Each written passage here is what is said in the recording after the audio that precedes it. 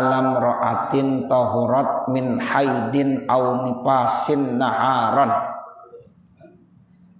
Dan juga tidak wajib menahan atau imsak, atau sunnahnya imsak, nggak wajib tapi sunnah, yaitu bagi seorang perempuan yang suci haid atau nifas di siang hari. Ya, jadi ada orang perempuan, bapak, ibu, saudara, dia lagi haid, lagi nifas, tiba-tiba di siang harinya apa zuhur, apa asar, kemudian bersih suci, kan dia wajib mandi dah tuh. Ya, wajib mandi, sholat ya wajib sholat. Nah puasanya bagaimana?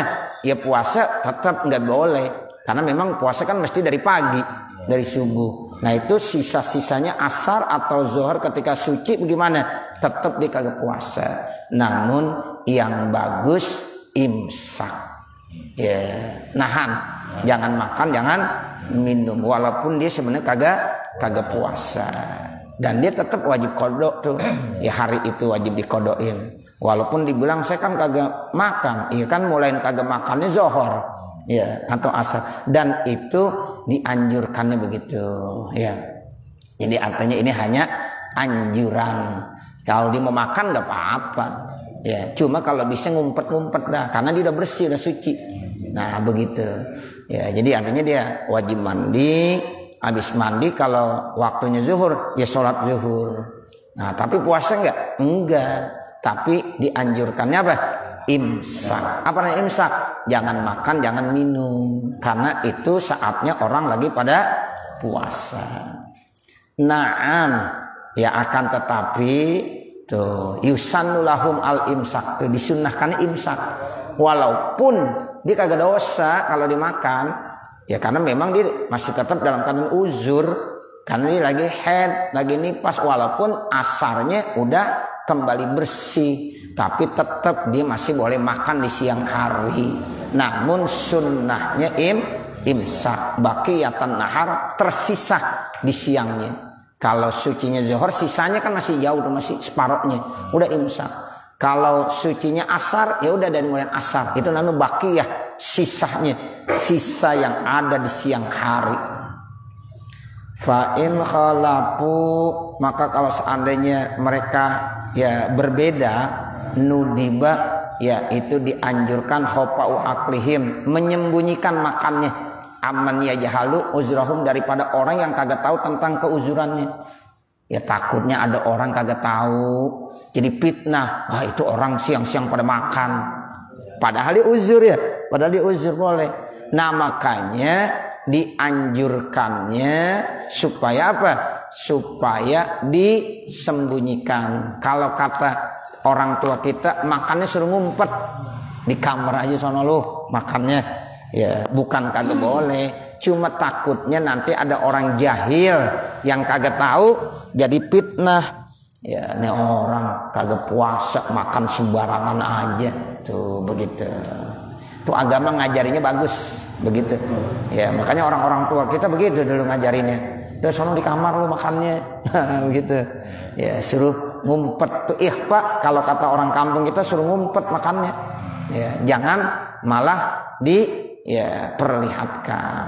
Makanya kurang bagus tuh, walaupun tuh ya orang-orang perempuan lagi haid, lagi nifas, makan basah di pinggir jalan lagi Ramadan, kurang pantas, walaupun kagak dosa gitu ya. Ya khawatirnya ditemenin sama suaminya doang gitu. Nih perempuan bisa kita bilang lagi haid, lagi nifas, makan bakso siang hari di Ramadan, suaminya nemenin. Iya, nih suaminya lagi haid juga emangnya. Begitu. Kadang-kadang begitu Bapak Saudara, kita bisa lihat begitu. Nah makanya agama ngajarinnya ya udah, kalau mau makan ngumpet, sembunyi, jangan di depan umum. Takutnya ada orang jahil yang nggak tahu tentang uzurnya mereka. Kan cakep begitu. Ya, masalah boleh mah boleh gitu. Cuma ente menampakkannya di depan umum, ini yang kurang bagus. Nah, jadi kita ambil jalan tengah. Udah, ya ngumpet aja makannya. Ya di kamar, di rumah sono, nggak ada yang tahu dah, pengen keluarga doang yang tahu. Tapi kalau di depan umum, Ya, apalagi di kawasan-kawasan pasar yang orang pada lewat semuanya. Ya, pakai jilbab lagi, berjilbab makan bakso siang hari di bulan Ramadan. Ya walaupun sih kita bilang dia lagi haid, dia lagi nipas, begitu bisa. Cuma suaminya nemenin makan. Nah, ini yang kita bingung. Dan suaminya nemenin juga. Ya, dinyengir aja. Mohon maaf Ustaz, semalam kagak niat. Kagak niat. Emang kalau ente kagak niat, ya boleh makan. Enggak boleh juga. Ente malam kagak niat. Iya Ustaz, tetap enggak boleh makan. Ya, tuh begitu. Kan sering begitu. Ya, malu-malu. Ya, nunduk-nunduk. Mohon maaf Ustaz, semalam kesiangan lupa niat. Nah, begitu. Padahal dia bilang bener kali dia ya. Salah. Cuma kalau kita bilang begini, lah ente kagak niat juga tetap nggak boleh makan. Oh begitu. Cuma bilang iya dah. Ya, begitu Bapak Saudara. Nah ini jadi agama ngajarinnya ya kalau mau makan juga boleh. Cuma suruh ngumpet. Tuh begitu. Karena aman ya jahalu uzrahum. Karena memang takut ada orang kagak ngerti jahil tentang keuzuran mereka sehingga memunculkan fitnah. Wa mimma yubtilu sawabas saumi ijma'an al-kadzibu wal ghibatu wal musyatamatu. Dan di antara lagi yang dapat membatalkan pahala puasa ijma' ulama. Puasanya enggak batal, hanya pahala puasanya yang batal. Artinya lapar, haus enggak dapat pahala. Sebab puasa ya tetap ya artinya dia kagak wajib kodok, puasanya udah sah, cuma pahalanya kagak dapat. Nanti di hari kiamat ketika orang dapat pahala puasa dia nggak dapat. Ya Allah, mana pahala puasa saya? Kata Allah, gimana saya mau kasih pahala puasa? Kamu dulu udah kamu batalkan pahalanya dengan apa? Nah ini nih, satu al-kazibu dengan sebab bohong. Dua wal ghibatu sebab ghibah. Tiga wal musyatamatu saling ya mencaci maki. Tuh makanya kalau lagi puasa tinggalin nih yang begini-begini, bohong, ghibah, mencaci maki, bertengkar, udah tinggalin. Sebab itu bisa membatalkan pahala puasa. Lima qala Rasulullah sallallahu alaihi wasallam, karena ada hadis yang diterangkan oleh Rasulullah sallallahu alaihi wasallam, lam yada qaulaz zuri wal amalu bihi falaisa lillahi hajatun fi ayyada atau amahu wa syarabahu. Siapa-siapa yang tidak meninggalkan perkataan-perkataan bohong, ya saksi palsu, ya bersumpah palsu, dan dia selalu terus ngelanjutin, ngamalin, mengerjakan walaupun dia lagi puasa tapi tetap bohong, sumpah palsu, ya bersaksi palsu. Nah, itu kata Allah tidak bagi Allah itu punya hajat gara-gara dia meninggalkan makanan dan meninggalkan minuman untuk memberikan pahala. Hadis riwayat Imam Bukhari, ya ini hadis sahih. Jadi enggak ada lah ya artinya gara-gara dia enggak makan enggak minum ya di siang hari ya gara-gara dia ya meninggalkan makan minum tapi melakukan apa-apa yang tadi itu ya dia bohong, dia saksinya palsu, sumpahnya palsu, atau ghibah atau musyakamah, itu namanya qaulaz zur itu. Makanya tinggalin. Kalau kita nggak tinggalkan kagak ada artinya bagi Allah dia kagak makan nggak minum di siang hari. Tidak ada artinya puasanya kalau dia tidak meninggalkan perbuatan-perbuatan yang tidak baik tersebut. Ini hadis riwayat Imam Bukhari. Wa qala sallallahu alaihi wasallam, dan Rasulullah sallallahu alaihi wasallam bersabda, rubba shaimin laisa lahu min siyamihi illa zoma. Berapa banyak orang yang berpuasa tapi dia tidak mendapatkan pahala puasanya kecuali cuma zoma, dahaga, haus. Bahkan ada yang bilang lagi lapar. Rubba shaimin laisa min siyamihi illa ju'wal atos, itu dalam hadis yang lain. Kalau ini ilaz zoma, ya cuma dahaga doang, cuma aus doang. karena dari subuh sampai maghrib kagak minum, haus. Ya, lapar doang karena dari subuh sampai maghrib enggak makan, tapi dia tidak mendapatkan pahala puasa. Ini hadis riwayat Imam An-Nasai. Wa warada fi hadisi laisa siyamu minat ta'ami wasyarabi innamas siyamu minal lagwi wal ropas. Dan ada keterangan dalam hadis, puasa itu bukan sekedar enggak makan dan tidak minum. Itu ya Bapak, Ibu, Saudara, puasa itu bukan sekedar tidak makan dan tidak minum. Laisa siyamu minat ta'ami wasyarab. Jadi yang namanya puasa bukan sekedar kagak makan kagak minum. Kalau nggak makan nggak minum mah gampang. Tapi yang lebih penting lagi apa kata Nabi? Innamas siyamu minal lagwi warrapas. Puasa yang sesungguhnya, puasa yang sebenarnya itu ada puasa di mana dia bisa menahan daripada perbuatan lago dan ropas. Perbuatan-perbuatan yang jelek, perbuatan-perbuatan yang dilarang seperti berbohong, ghibah, mencaci maki, menceritakan keaiban orang, ya bertengkar, itu yang kagak boleh. Ya, itu yang terpenting. Kalau nggak makan nggak minum doang mah nggak ada artinya sama sekali. Ya, siapa aja bisa puasa kalau nggak makan nggak minum. Tapi yang paling penting ini nih, ya innamas syiyamu minal lagwi war ropas.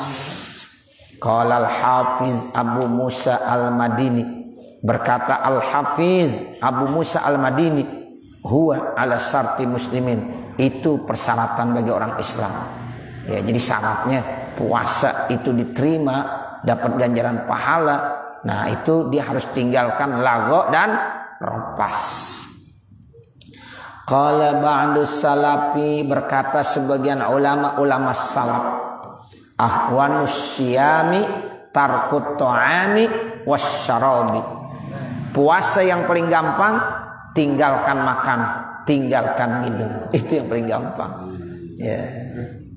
Itu ulama-ulama salaf bilang begitu. Ya, yang paling gampang dalam ibadah puasa nggak makan nggak minum, siapa aja bisa. Ya kalau sekedar nggak makan nggak minum, cuma yang susah bagaimana kita bisa mengendalikan hawa nafsu, mulutnya, telinganya, matanya dari segala perbuatan lago dan ropas. Itu yang paling susah. Apalagi hidup di Jakarta, di kota-kota besar, ya. Itu berat. Kita siang hari kerja jalan, ya aktivitas lanjut. Nah lagi puasa itu tuh yang berat. Kalau makan ama enggak minum mah gampang. Cuma bagaimana menjaga panca indera kita. Ya Allah udah kasih kita mata, bagaimana supaya mata ini diajak berpuasa. Allah kasih telinga, bagaimana supaya telinga kita juga diajak berpuasa. Allah kasih kita mulut, bagaimana mulut kita supaya ikut berpuasa. Allah kasih kita lisan, lidah, bagaimana ya supaya lisan, lidah kita ikut berpuasa. Allah kasih kita tangan, bagaimana supaya tangan kita ini ikut berpuasa. Allah kasih kita kaki, bagaimana supaya kaki kita bisa ikut berpuasa. Itu yang susah.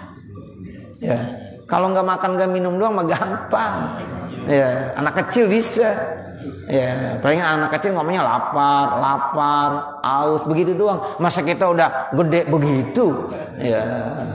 Jadi ini yang paling penting rahasianya. Bagaimana dia bisa mengendalikan hawa nafsu dan bagaimana panca indera yang Allah sudah berikan bisa diajak untuk berpuasa. Waqala, dan ulama-ulama salaf berkata, iza sumta, apabila kamu berpuasa, falyasum sam'uka, maka hendaklah telinga kamu ikut berpuasa, wa basaruka, dan hendaklah mata kamu ikut berpuasa, wa lisanuka, juga lidah kamu ikut berpuasa. Dari apa? Anil kazibi, dari segala perbuatan-perbuatan bohong, wal maharimi, dan perbuatan-perbuatan yang diharamkan, wada, dan juga tinggalkan azal jari, mengganggu tetangga. Tuh, tinggalin juga, mengganggu tetangga. Lagi puasa usil bener, tetangganya diceritain, Ya, diganggu yang nggak ada artinya itu puasanya. Makanya tinggalkan juga azal jar untuk mengganggu dalam bentuk apa saja yang merasa itu tetangga enggak nyaman. Nah, itu kita harus benar-benar tinggalkan dari segala gangguan-gangguan yang dirasakan oleh tetangga. Tuh begitu Bapak Ibu Saudara. Wa'alam, dan ketahuilah anna taqarruba ilallahi ta'ala, sesungguhnya taqarrub kepada Allah, pendekatan diri kita kepada Allah, bitarkil mubahat, dengan cara meninggalkan hal-hal yang mubah, la yakmulu, tidak akan sempurna, illa ba'da taqarrubi, kecuali setelah mendekatkan diri kita bitarkil muharramati, dengan meninggalkan yang diharamkan. Ini kalau mau jadi wali begini nih caranya. Kalau kita pengen jadi wali Bapak Saudara, itu bukan berarti yang mubah aja kita tinggalin, tapi yang haram dulu yang paling penting. Yang haram-haram dulu kita tinggalin. Nah, kalau yang haram udah ditinggalin, baru yang mubah-mubah. Ini walaupun mubah tapi kayaknya kurang bagus, tinggalin. Itu kalau mau jadi wali begitu. Ya, jangan yang mubah kita tinggalin, yang haram kita kerjain. Ya, riba masih jalan terus. Ya, zolim masih jalan terus. Pengen jadi wali, ya bagaimana bisa mau jadi wali? Ya begitu. Walaupun wiridannya banyak, wiridan mulu. Ya, nah seperti itu. Jangan. Yang haram harus tinggalkan dulu. Ya, kita zikir tiap malam walaupun banyak bener, tapi kalau yang haram masih kita kerjain, ya enggak mempan, enggak ada asarnya. Makanya kalau pengen jadi wali, nah itu tuh yang haram kita tinggalin, yang wajib kita kerjain. Ini kadang-kadang orang yang wajib kita tinggalkan, yang sunnah-sunnah dikejar, gitu. Jangan. Nyari jarum kampak hilang. Nah begitu, nyari jarum kampaknya hilang. Yang kampaknya ini jelas-jelas kelihatan. Itu dulu yang wajib kerjain, yang haram tinggalin, baru yang sunnah-sunnah. Ini kita tetangga sama masjid, tetangga sama musola, tiap hari dengar suara azan, kali datang ke masjid, ke musola kagak. Ya, jangan. Ya, liatin juga tuh masjid, tuh musola, tuh zikir tiap malam, tapi nggak peduli dengan masjid, nggak peduli dengan musola. Ya, nah jangan juga. Nah begitu. Wirid sampai malam, subuh kesiangan. Ya, nah ini juga nggak boleh. Itu yang kata Ustadz Rifki tadi. Ya, jadi nyari jarum kampak hilang. Ya, jangan. Ya, jadi itu sholat subuh. Ya itu yang wajib. Ya, kita benar-benar cari. Ya, kita benar-benar harus laksanakan. Nah, kalau kewajiban kita udah laksanakan, kemudian yang sunnah, ya baru kita kerjain. Yang haram itu ya wajib kita tinggalkan. Baru dah tuh kalau udah tingkat wali, kadang-kadang yang mubah aja dia udah kagak mau. Padahal ini mubah nih, aman dia udah ogah aja. Tarkul mubahat. Tuh begitu Bapak Saudara. Sekarang ada orang yang mubah ditinggalin, yang haram dikerjain. Ya bagaimana? La yakmul. Tuh. Jadi tinggalkan yang mubah, ya baru ya itu bisa dikatakan sempurna setelah dia tinggalkan yang haram. Tapi kalau ditinggalkan yang mubah tidak akan sempurna kecuali setelah didekatkan dengan meninggalkan yang haram. Itu begitu kata ulama-ulama salaf begitu. Ya, jadi ini penting sekali. Ya, jadi annat taqarruba ilallah bitarkil mubahat la yakmulu illa ba'da taqarrubi bitarkil muharramat. Pamanir takabal muharramat, maka siapa-siapa yang masih suka melakukan perbuatan dosa, perbuatan yang diharamkan, summa taqarraba, kemudian dia mendekatkan diri bitarkil mubahat, yaitu dengan meninggalkan yang mubah-mubah. Yang haram dikerjain, yang mubah ditinggalin. Karena bimasabati man yatrukul faraid, itu kedudukannya sama aja seperti orang yang meninggalkan fardu wa yataqarrabu binawafil, dia mendekatkan diri dengan yang sunnah-sunnah. Yang wajib ditinggalin, yang sunnah wah dikerjain terus, yang sunnah ya dikerjain, yang wajib ditinggalin. Contoh yang wajib apa? Hadiri majelis ilmu wajib. Ya, sholat 5 waktu wajib, puasa Ramadan wajib. Ya, nah itu yang begitu tuh, ya mesti harus dikerjain dulu. Nah ini itu ditinggalin, tapi yang sunnah-sunnah dicari. Nah ini yang kadang-kadang salah. Kan banyak Pak, di malam Jumat pada wiridan sampai malam, sampai jam 2, ya jam 3, habis itu ditidur. Iya, subuhnya kesiangan. Dekat masjid kagak datang ke masjid, dekat musola kagak datang ke musola.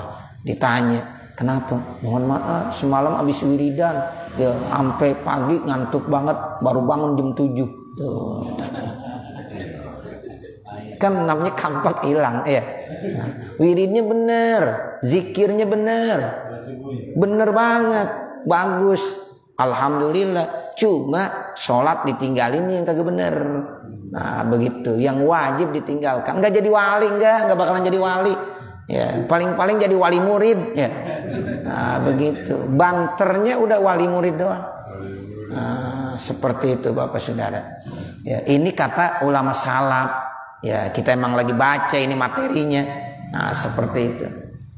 Ya jadi ya itu kana bimasabati man yatrukul faraida wa yataqarrabu bin nawafil wa in kana shaumuhu mujzi'an indal jumhur, sekali puasanya itu cukup menurut jumhur ulama, bihaitsu la yu'miru bi iradatihi, ya di mana dia la yu'mar, tidak diperintahkan untuk mengulanginya.